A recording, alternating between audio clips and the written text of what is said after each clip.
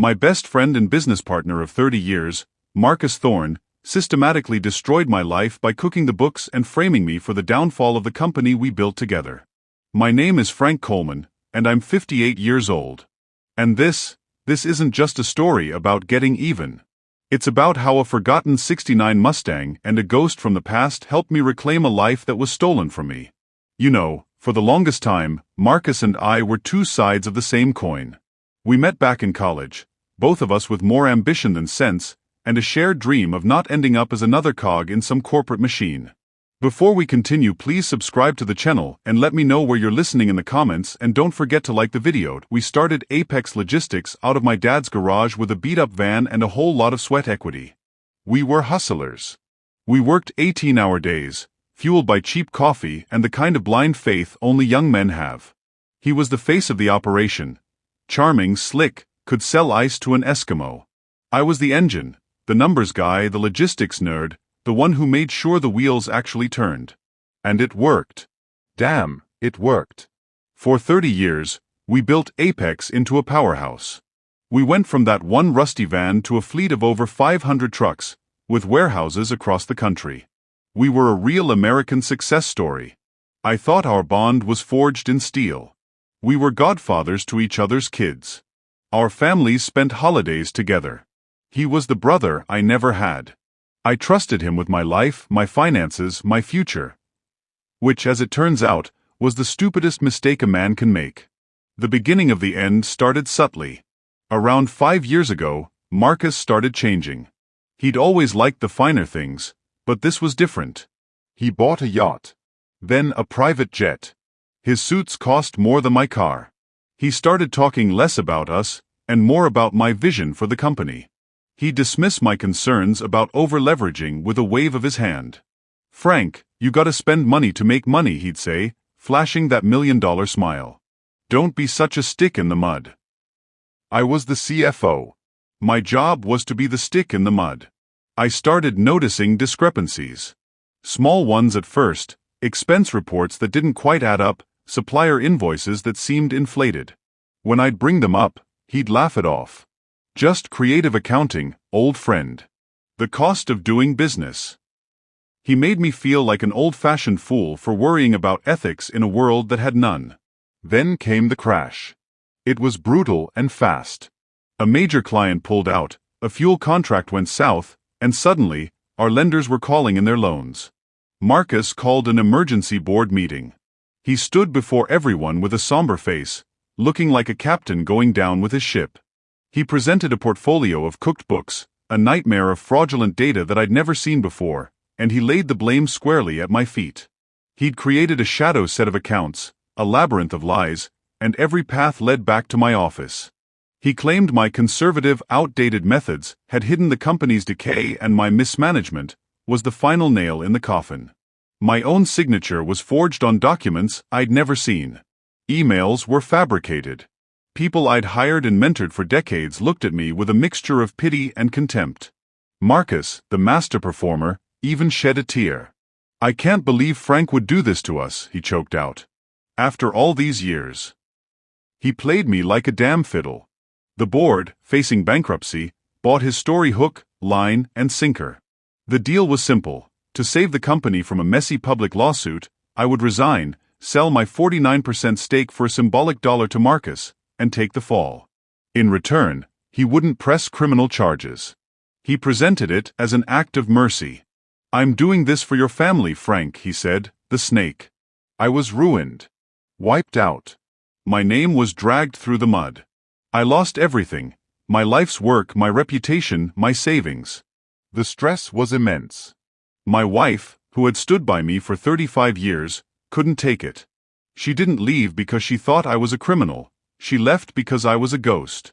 A hollowed-out man who just stared at the walls all day. I couldn't blame her. I had become a stranger in my own life. I sold our beautiful home to cover the mountain of personal debt Marcus's scheme had left me with. I moved into a crummy one-bedroom apartment that always smelled of boiled cabbage.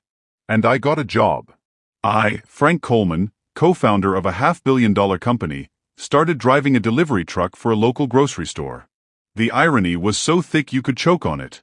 I went from managing a fleet of 500 trucks to driving one, delivering kale and organic sourdough to people living in houses like the one I used to own.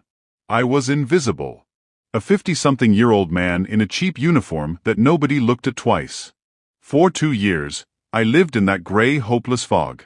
Bitterness was my only companion.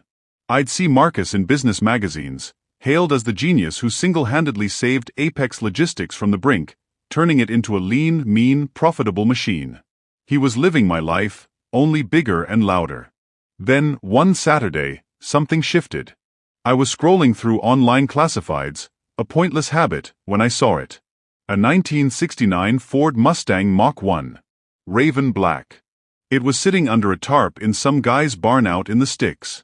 It wasn't just a car, it was a memory. Back when Marcus and I were just starting out, we promised ourselves that the day we made it, we'd each buy a classic Mustang. It was our thing. A symbol of the dream. We never did, of course. Life got in the way. On an impulse I still can't explain, I drove out there. It was probably the dumbest, most irresponsible thing I could do. I had barely enough money to make rent, let alone buy a gas-guzzling relic. But I had to see it. The seller was an old-timer named Earl, with hands like gnarled oak and eyes that seemed to see right through you. The car was in rough shape.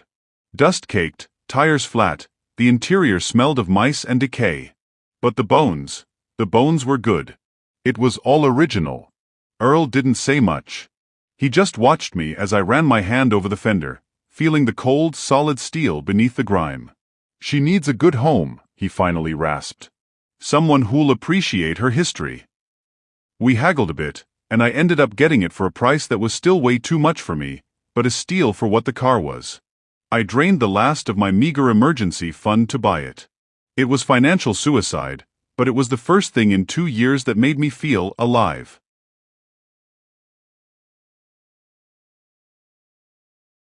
It was an act of defiance. A middle finger to the universe and to Marcus Thorne. I had it towed to my apartment complex, much to the landlord's chagrin. For the next few weeks, every spare moment and dollar went into that car. I started with the basics, cleaning it out. I spent an entire weekend just vacuuming out the dirt and decay. It was while I was cleaning the passenger side that I found it. The title of this story. I recently bought an old car, and to my surprise, the seller had left a handwritten note inside. It wasn't just lying on the seat. It was tucked deep inside the sun visor, the paper yellowed and brittle with age. I almost threw it out with the rest of the junk. But my fingers caught the edge of it. I carefully pulled it out. The handwriting was a neat, precise cursive, the kind you don't see anymore. It was short, and what it said sent a jolt through me like a cattle prod. It read, "To the next rightful owner, what was stolen will be returned. The key is the beginning. Check under the hood. A.V." My heart started hammering in my chest. This was weird. The key is the beginning. What key? I scrambled out of the car and popped the hood. The engine was a greasy, dusty mess, but I started looking, my hands tracing every wire, every hose. And then I found it. Taped to the back of the firewall, hidden behind a bundle of old wiring, was a small, antique-looking brass key. It was the kind of key you'd use for a diary or a small lockbox. A.V. The initials meant nothing to me. But the message. What was stolen will be returned. It felt like it was written directly to me. For the first time in 2 years, the fog in my brain started to clear, replaced by a sharp, electric focus. This wasn't just a car. This was a breadcrumb. I took the key and the note back to my apartment and laid them on my kitchen table. I stared at them for hours. A.V. Who was A.V.? I went back to the bill of sale. The seller was Earl. His last name was Peterson. No V. Maybe it was the original owner? I ran a vehicle history report. The car had a few owners, but the very first owner, the one who bought it brand new in 1969, was a man named Arthur Vance. A.V. The name Arthur Vance rang a very faint bell, buried deep in the archives of my memory. I fired up my old laptop and started digging. It took me all night, chasing down dead ends and digital ghosts. But then I found it. An old, digitized newspaper article from a small business journal dated 1985. The headline read, "Local tech startup Innovate Dynamics dissolves. Founder cries foul." Innovate Dynamics was Marcus Thorne's first company, the one before Apex Logistics. The article detailed how the company had folded due to financial mismanagement by its co-founder and lead engineer, Arthur Vance. The other co-founder, a young, charismatic salesman named Marcus Thorne, had apparently tried to save it but was forced to dissolve the assets. Marcus had bought the company's patents for a song during the liquidation and used them to launch his next venture. My blood ran cold. It was the exact same playbook. The exact same one he used on me, 25 years later. He had a pattern. Find a brilliant partner, let them do the heavy lifting, then create a financial disaster and seize control. Arthur Vance was his first victim. And Arthur Vance was the original owner of my Mustang. This car wasn't just a car. It was Arthur's ghost. It was his unfinished business. And that note, that was his final message, a time capsule of vengeance waiting for the right person to find it. The key. The key is the beginning. A key to what? There was no address, no clue. I looked at the note again. Below the signature AV, there was a faint string of numbers I hadn't noticed before, written in pencil. 34.0522 degree N, 118.2437 degrees W. It looked like gibberish. But I had spent 30 years in logistics. I'd seen every kind of code and coordinate system there is. I plugged them into a map. It was a set of latitude and longitude coordinates. The location they pointed to was the central branch of the Los Angeles Public Library. What the hell was in a library? It made no sense. But I had nothing to lose. The next day, I took the day off work, drove my rattling daily driver downtown, and walked into that grand old building. I had the key in my pocket. It felt heavy, like a stone. I didn't know what I was looking for. A book? A hidden room? I wandered around for an hour, feeling like a fool. Then, I saw a sign for the private lockbox depository. It was an old service the library used to offer, a place where people could store important documents for a small fee, like a non-bank safe deposit box. It was mostly defunct now, a relic of a pre-digital age. My heart leaped. On a long shot, I went to the old man at the main desk. I showed him the key. "I found this," I said, my voice shaky. "I think it might belong to one of your old lockboxes." He squinted at it over his glasses. "Haven't seen one of these in years. Most of these boxes have been abandoned for decades." "What's the box number?" I didn't have one. I felt my hope sink. Then I remembered the note. What if the coordinates weren't just a location, but the number itself? It was a crazy idea. "I don't have a number," I said. "But I have these. 340522. I just read the first few digits." The old librarian typed it into his ancient computer. He frowned. "Nothing." My shoulders slumped. Of course. It was a stupid idea. Then the librarian's eyes lit up. "Wait a minute. Let me try something." He typed again, this time with a different format. Sometimes they used the initials of the owner, AV, and the date of registration. He mumbled to himself as he typed. Bingo. Box AV 1969. Arthur Vance. Abandoned since 1988. You his next of kin. I represent his estate, I lied, the words tasting like ash. It was a lie, but it felt like the truth. He shrugged, clearly not caring enough to ask for proof. He led me down a dusty corridor to a wall of small, brass-fronted boxes. He pointed to one. "Here you go. Whatever's in it is yours. We were gonna clear these out next year anyway." My hand was trembling as I put the key in the lock. It turned with a satisfying, solid click. I pulled open the small door. Inside was a single, thick, leather-bound ledger. I took it to a secluded table in the corner of the library and opened it. The pages were filled with the same neat, precise cursive from the note. It was Arthur Vance's personal journal and, more importantly, his real set of books for Innovate Dynamics. He had documented everything.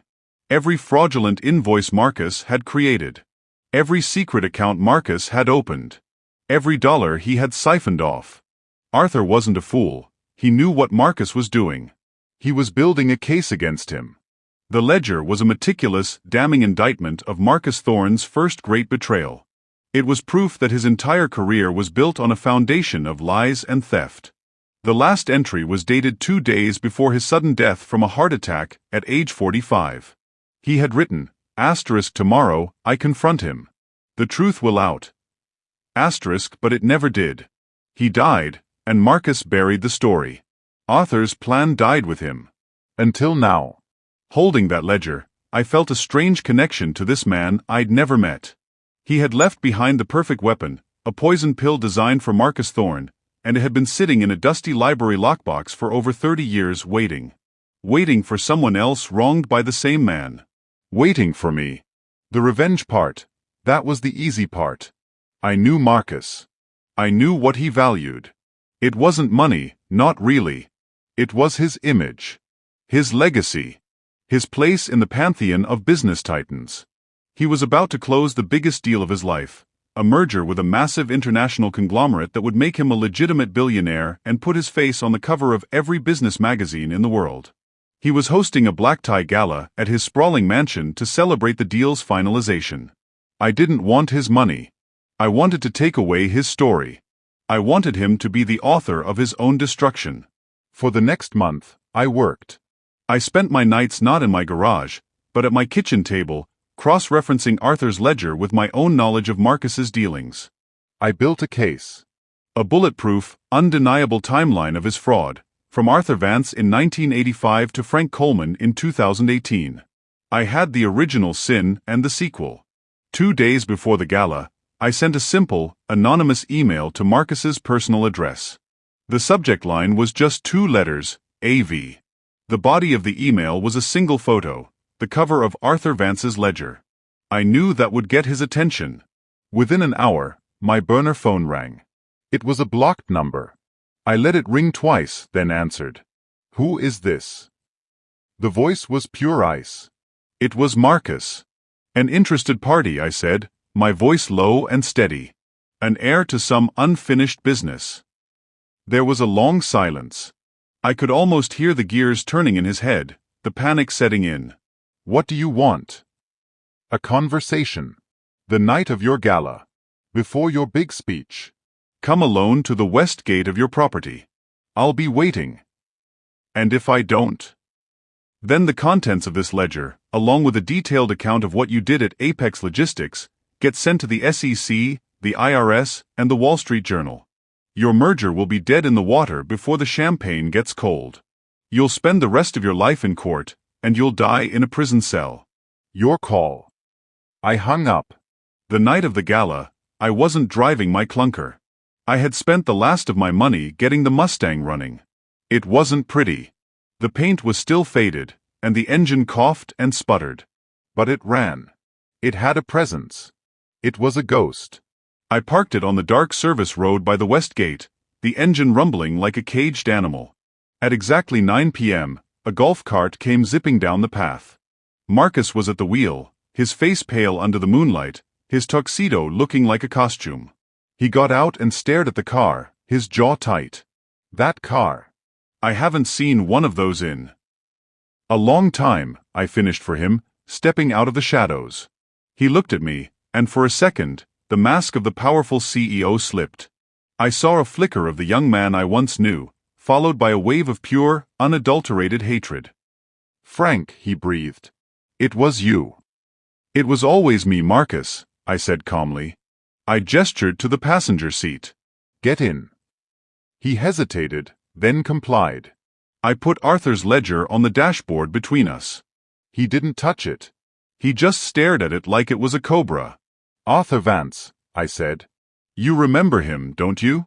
The brilliant engineer you screwed over to get your start. This was his car. He was building a case against you when he died. Funny how that works out." His face was a mask of stone. "What do you want, Frank? Money? I'll pay you. Name your price." I laughed. A real, genuine laugh. "Money? You think this is about money? You took 30 years of my life, Marcus. You took my name. You took my soul and sold it for parts. You don't have enough money to buy that back. Then what? He snarled. Justice, I said, my voice dropping to a whisper.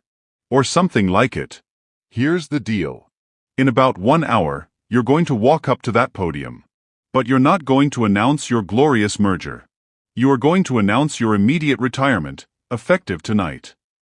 He stared at me in disbelief. You're going to cite personal and ethical failings that have come to light, I continued.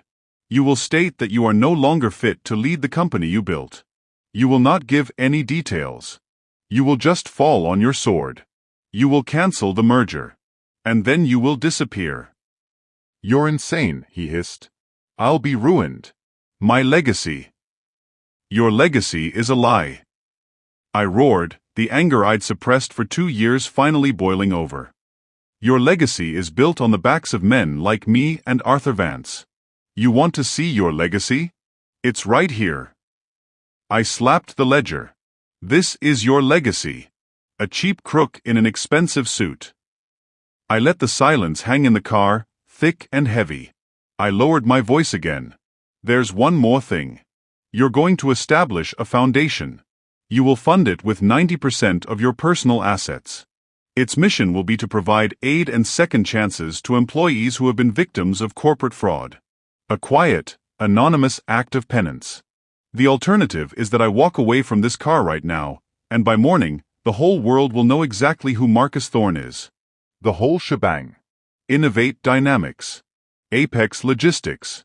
The forgeries, the fake accounts, all of it. Your kids will see their father's mugshot on the news. He sat there, defeated. The fight went out of his eyes, replaced by a hollow emptiness. He looked old. He looked like I had felt for the past 2 years. Broken. He finally nodded, a barely perceptible movement. All right, Frank. You win. I got out of the car and walked away without looking back.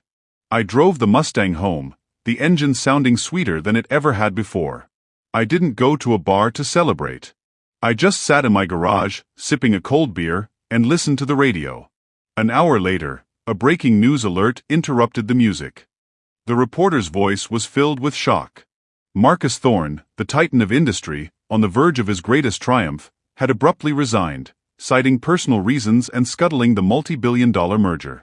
The business world was in chaos. I didn't feel a rush of victory. I just felt quiet. A sense of balance restored. Revenge isn't about the fist-pumping, celebratory moment. It's about the silence that comes after the storm, when you realize you can finally breathe again. It's been a year since that night. Marcus is gone. He's a recluse somewhere in Europe, I hear. The foundation exists, quietly doing good work. I never saw a dime, and I never wanted one. I got a better job, managing the vehicle fleet for a mid-sized company. I moved into a small house with a 2-car garage. My wife and I are talking again. We go out to dinner sometimes. It's a start. And the Mustang? She's my therapy. I restored her, piece by piece. She's got a new coat of raven black paint that shines like polished jet. The engine roars. She's beautiful. On the wall of my garage in a simple frame is that yellowed handwritten note. What was stolen will be returned. Arthur Vance was right. It wasn't money or a company that was returned to me. It was my name. My self-respect. My life. And sometimes, that's the only kind of revenge that matters. It's not about destroying your enemy's future. It's about getting your own back. If you enjoy this type of revenge, stay with us.